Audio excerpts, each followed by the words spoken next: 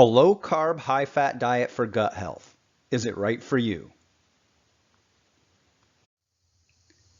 In today's video, we're going to cover whether or not a low-carb, high-fat diet is right for you to help improve your gut health. And in doing so, we're going to cover a bunch of topics, but before we get into what we're going to cover, it's probably important to define what good gut health is.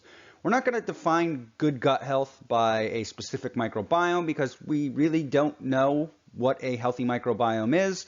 There are general principles that we believe, such as higher diversity being better, but that isn't always the case. For example, people with certain functional gastrointestinal disorders such as IBD actually have higher microbiome diversity than a healthy individual, and that's definitely not good gut health.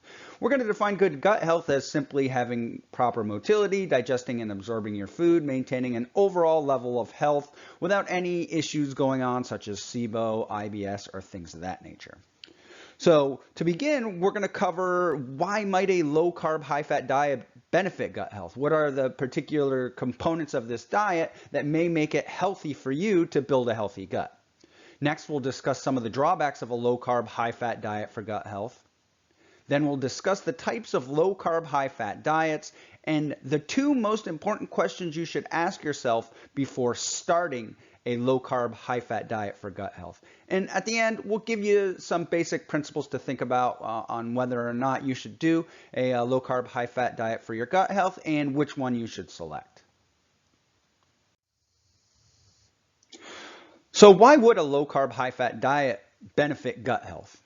Well, for one, if you're somebody with poor blood glucose control, type 2 diabetes, prediabetes, even type 1 diabetes, you can achieve rapid improvements in your blood glucose. You're simply not going to get as rapid of an improvement in your blood glucose anywhere else other than doing a low-carb, high-fat diet. And it probably doesn't even need to be a high-fat, low-carb diet. It could be a higher protein, low-carb diet as well. The reason that you would want to improve your blood glucose is that chronic hyperglycemia is bad for the gut. Recent data indicates that it likely plays a role in increasing intestinal permeability, and there is a ton of evidence that this chronic hyperglycemia actually causes enteric neuropathy, which is damage to the enteric nerves. These are the nerves that make up your autonomous nervous system in your gut. Your gut can actually function without input from the central nervous system. It has its own nervous system called the enteric nervous system, and it can use this to control most of what goes on in the gut. However, it's clearly important to have the gut-brain connection, the gut-brain axis, traveling through the vagus nerve. So the gut does benefit from having central nervous system input, but it can function on its own. When we damage the enteric nerves, this just ruins your gut health.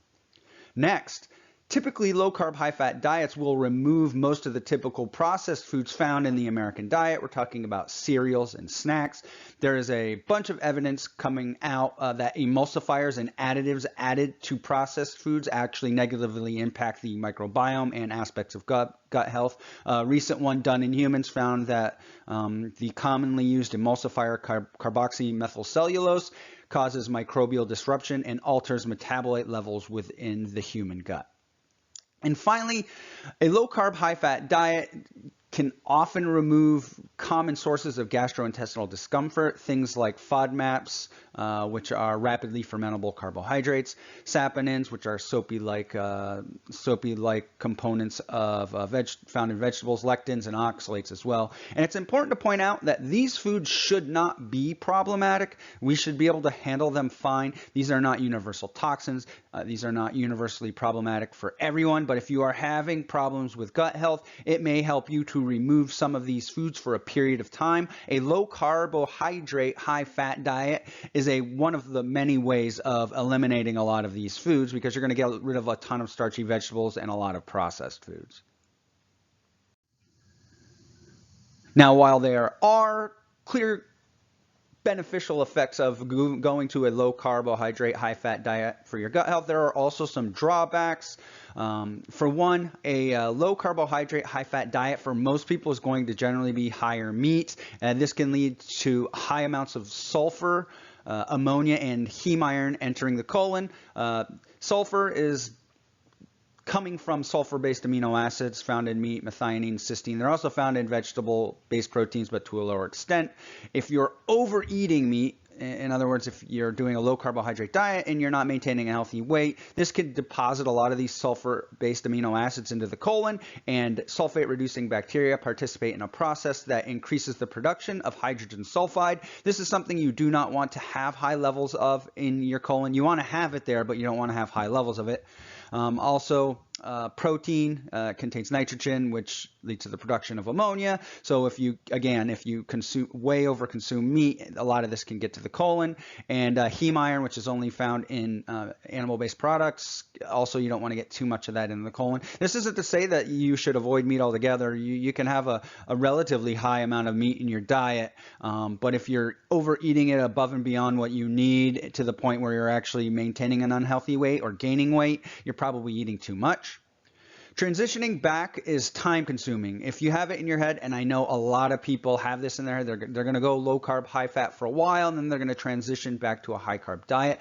This isn't as simple as just one day deciding you're going to add carbs back in. Transitioning back is very time consuming. There was a recent paper looking at people who lost 15% of their body weight on a very low carbohydrate diet, and then they were exposed to one of three different scenarios. One, they just continued the very low carbohydrate diet. Next, they switched to high carb using primarily starch, and the third group is high carb primarily using sugar. What they found is over the course of 10 weeks, these people, not all of these people had adapted back. They had wide glycemic excursions, meaning their blood glucose levels shot up. And one of the problems with this is past data has shown that this is due to impaired insulin secretion from a long-term low carbohydrate diet. That does not mean that you can't reverse this. It just means that it takes time. It takes the body time to adapt. The other problem with this is that when you consume when you switch to consuming carbohydrates and you don't have that protective effect of insulin, this actually increases intestinal permeability. Hyperglycemia on its own in the studies really hasn't been shown to cause intestinal permeability, provided there's enough insulin and proper insulin signaling. It's found that prolonged ketogenic or low carbohydrate, high fat diets may impair this for a period of time. So you're going to have to slowly transition. And some people, generally speaking, if you think it's hard changing your diet once, it's a lot harder changing it and then changing it back, especially since you won't be changing it back to what you did before. You'll be changing it to something of a more relatively healthy food pattern. You're not going to reintroduce the processed food you're eating before. Another problem is you may have issues tolerating veggies. Our microbiome helps us process some of the components within vegetables that can become problematic, and it also plays a role in fermenting fiber. So it may take a while for you to retolerate veggies. So effectively, you're going to move to this low carb, high fat diet approach, and then you're going to have switch back. It's generally not going to happen. And if you do decide to do it, I've seen people do it, it does take planning and time to transition back. Another problem is that a lot of low-carb, high-fat diets are generally low fiber. This isn't to say that fiber is essential for health. There's just a lot of data showing that fiber is beneficial for our health. Doesn't mean you have to eat it. It just means that, generally speaking, for most individuals, fiber is probably a healthy component of the diet. And finally, cheating can be bad, as I mentioned previously. When you are doing a low-carb, high-fat diet, this makes you more prone to hyperglycemia when you do eat a large dose of carbohydrates, and this is hyperglycemia paired with poor insulin signaling, which means that this is going to increase intestinal permeability. And finally, another paper found that people who cheat, specifically men, healthy men who cheat on they went keto for 3 days, and then they cheated and ate a high carbohydrate meal. This actually led to markers of endothelial dysfunction, which means damage to blood vessels. Overall, both hyperglycemia and endothelial dysfunction are not great things for your body as a whole, but they're particularly problematic for your gut. The blood vessels, endothelial dysfunction is going to generally harm smaller blood vessels first. These aren't just blood vessels in your heart, they're also blood vessels around your reproductive organs and blood vessels that are leading to the gut. We do not want endothelial dysfunction. So one of the drawbacks of a low-carb, high-fat diet is that you really shouldn't cheat on that diet. You should stick to it. So that should definitely be one of the factors that you think about. There are a number of different types of low-carb, high-fat diets to choose from. First, I like to refer to as clean, low-carb, high-fat diet. It's high in mostly lean meats. You can still eat fatty meats. I mean, you have to get your fats from something, and meats are a decent choice in terms of an energy. There is a concern with the saturated fat, whether or not that's going to be problematic on a low-carb, high diet compared to a high-carb diet is up for debate. It does contain some low-starch veggies, which means it will include some amount of fiber. For example, avocados are a pretty good source of fiber, and they're a good source of healthy fats. There are other vegetables that you may eat on the diet, some greens. It's also going to include nuts and cheeses. And one of the kind of drawbacks on the clean, low-carb, high-fat diet side of things, it's either going to typically require a lot of prep, or it's going to be more expensive as you pay for a prep service to kind of prepare your foods for you. So if time is a consideration for you, clean, low-carb, high-fat diet may not be optimal for you. Next, we have dirty low-carb, high-fat. And just so that you know that there is no judging here, I've done a lot of low-carb dieting in my life. Very fantastic for me for weight loss. I do feel way more satiated. I didn't notice any major gastrointestinal complications when I did it. I did go less, but there wasn't massive straining or anything like that. Almost all, probably at least 90% of the periods of low carb that I did were dirty low carb. I'm not judging people who do dirty low carb. There are benefits to it. It is effectively a meat and cheese orgy, and that was no different for me. This meal you see on the left, this image on the left, is something I would commonly eat as a low-carb meal. Few or no veggies. I did occasionally add veggies sometimes. Probably my most recent low-carbohydrate diet was more of a paleo-style low-carb diet, so it was closer to the clean side of low-carb, high-fat. One of the problems with this is there are potential nutritional deficiencies, vitamin C for one, and just realize the benefit of a dirty low-carb, high-fat diet is it's very convenient. It doesn't require a lot of planning. You can eat out almost anywhere. You could get chicken wings, or you could get a burger without the bun and all those things. But if you're trying to build a healthy, dirty, low-carb, high-fat diet, you really do have to pay attention to nutritional deficiencies you might get from sticking to only meat and cheeses.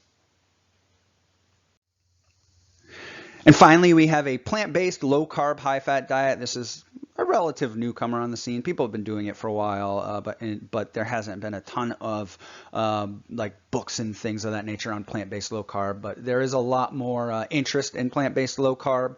I will say, in general, plant-based low carb is going to be hard to stick to if you're not one of the people who are doing it for ethical considerations. If you're doing it for ethical considerations, or you believe it's going to help a specific health condition you have, I do believe plant-based low carb, high-fat diets are something people can stick to. Generally, they're high in avocados, nuts, and seeds. Again, they will contain low-starch veggies. It will be lower in sulfur and heme iron than the kind of the clean keto and the dirty keto, because it doesn't contain animal-based proteins, which don't contain heme iron and are lower in sulfur. It is important, though, that theoretically speaking, if your protein levels are high enough, this could actually lead to an increased amount of ammonia in the colon. Plant-based proteins are harder to digest. They're less bioavailable. This is going to put more into your colon, but on the beneficial side, it's going to lead to less ammonia within systemic circulation. Again, we don't know for sure that these are problems in any keto-based diet. These are just theoretical concerns that you should know about as an individual before you undertake one of these styles of diets. The one drawback with the plant-based low-carb, high-fat diet is very similar to the, actually it shares negative effects from both the clean and dirty keto. It's going to require a lot of planning. For one, you are going to have to do a lot of preparation, and for most typical types of recipes and things like that, it's a lot more preparation. Or again, you could have to pay a planning service. And like dirty keto, dirty low carb, there are potential nutrient deficiencies that you will have to be concerned with. So you're certainly going to want to look into that. Make sure you're crossing your T's and dotting your I's. Taurine is a potential problem. Vitamin B12, the omega-3 fatty acids, the ones that we actually use, the DHA and EPA. We're not very good at converting plant-based omega-3s into the ones we use. That doesn't mean that there isn't some adaptation that happens to the microbiome. We just don't know, and it's way smarter for you to plan ahead and make sure you're getting sources of these either from supplements or what have you. So you got it in your head, you want to do a low-carb, high-fat diet to improve your gut health. What are the two most important questions to ask yourself before starting? The first is, will you stick to it? You do not want to stray from this very often. I don't think if you hit some carbs 1 or 2 times a week or every now and again, I don't think that is going to be a problem. If you're somebody who's going to stick to it to the weekends and then you're just going to start housing pizza and rather than just introducing some carbs, going on a carb binge, this is probably not a diet that I would recommend you go into. Next, the second question, do you want carbs in your long-term plan? If you do, I don't know that it's in your best interest to eliminate them for a period of time with the hope that you will transition back. People are terrible at lifestyle change, and asking them to do it twice is just not realistic. And if you think you're going to go to a more kind of what they call a clean dietary pattern, low processed food, high vegetable, a good amount of healthy meats and healthy fats and things of that nature, if that is what your long-term plan is, you should probably start there and not do some sort of transition from a high carb or a normal diet to a low carb, high fat diet, and then back to a more omnivorous, moderate or high carb diet. If you do so, it's going to require a lot more planning. It's going to require you slowly introducing things. It's not as simple as just a 2-week transition from low carb to high carb. You're probably talking more like months, 2, 3, 4 months. In that paper we mentioned about the problems with glycemic response to foods, half of those people who transitioned to the high carb starch and high carb sugar diets, half of those people still had an impaired glycemic response after around 10 weeks. So it's important to take that into consideration. I simply wouldn't just jump from a low carb diet into those things. There's a pragmatic way to lay that out, which is beyond the scope of this video. And finally, what are some things to think about if you want to do a low carb diet? If you think that this is your lifestyle, which for some people it is. I've worked with and met people who've lost a tremendous amount of weight using a low carb lifestyle. For the people who stick to it, it's great for you. The problem is, that's the question. Are you going to stick to it? Is this something you're going to do for a few months and you're just going to rebound? All these are important considerations. So what are the things to think about? Well, if you're concerned with prep and spending a lot of time in the kitchen, dirty low carb is easier prep wise. We just don't really have a good idea on the long-term effects of doing that. I know a lot of people who do dirty low carb and their gut health is seemingly perfectly fine. If they're not having problems, do we know that they will get colon cancer down the road? We don't really have an idea on that. Certainly if it brings them into a healthier weight, I would do dirty low carb if it was the only way for me to attain a healthy weight. And like I've said, I've probably got the leanest I've ever got eating a dirty low carb diet. Clean low carb overall is probably healthier for the gut. It's going to it's going to give you some vegetables so that your microbiome, you'll maintain some of the microbial machinery that will help break down the negative components of plants, so that if you do, cheat from time to time, you won't get super bloated and feel bad, and you will, create some of these beneficial short chain fatty acids that come from fiber fermentation by getting some level of fiber in your diet from non-starchy vegetables. Plant-based low carb is a big change. It is a big change for a lot of people. So unless you're already vegan or vegetarian in the first place, it might be a too drastic a lifestyle change for you. If you don't have the ethical concerns, you're probably not going to stick to it. But you can also take into consideration your plant-based low carb diet doesn't necessarily have to be entirely plant-based. You can incorporate some meats, maybe some fish or what have you within that dietary pattern. There are a lot of options. You don't have to stick to dirty, clean, or plant-based low carb. You can kind of intermingle with all of them. Maybe some certain days of the week you're fine with your prep time, so you'll add some in. You just have to really think about what your overall goals are and whether or not you're going to stick to low carb long term. Ultimately, long term, low carb is no better than any other diet. Even in the Virta health studies, after I think it was 3 years, they had a massive number of people who dropped out, are effectively dropping out of these low carb diets. They're no better for the general population than any other diet, especially with regards to weight loss. But if you like it and you stick to it, there's no reason why you can't. There's no strong evidence that you shouldn't. And finally, switching back may be tough. I can't really put a number on it, but I know so many people who have had these ideas of doing X diet temporarily and then transitioning to a healthier diet pattern. They simply don't do it. If your idea is that a low carb, high fat diet or keto diet is what you want your lifestyle to be, then by all means, I think you can form an excellent keto low carb diet very easily. It's just you have to determine what your end goals are and whether or not you want to be able to tolerate vegetables in the long run. So that takes us to the end of this video. I hope you enjoyed it. If you did, please like, share on social media. If you have any questions, post them in the comments section below.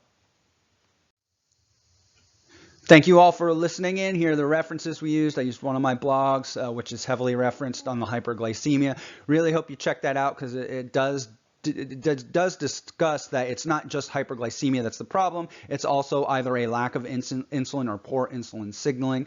Check out that blog. It will be in the description of the video. Again, if you like these videos, please share. Let me know that you like them. You can drop an email to me at dave@hackyourgut.com. And if you'd like to support the blog, we have numerous programs over at our shop. Go over to www.hackyourgut.com and check out the shops. Take care.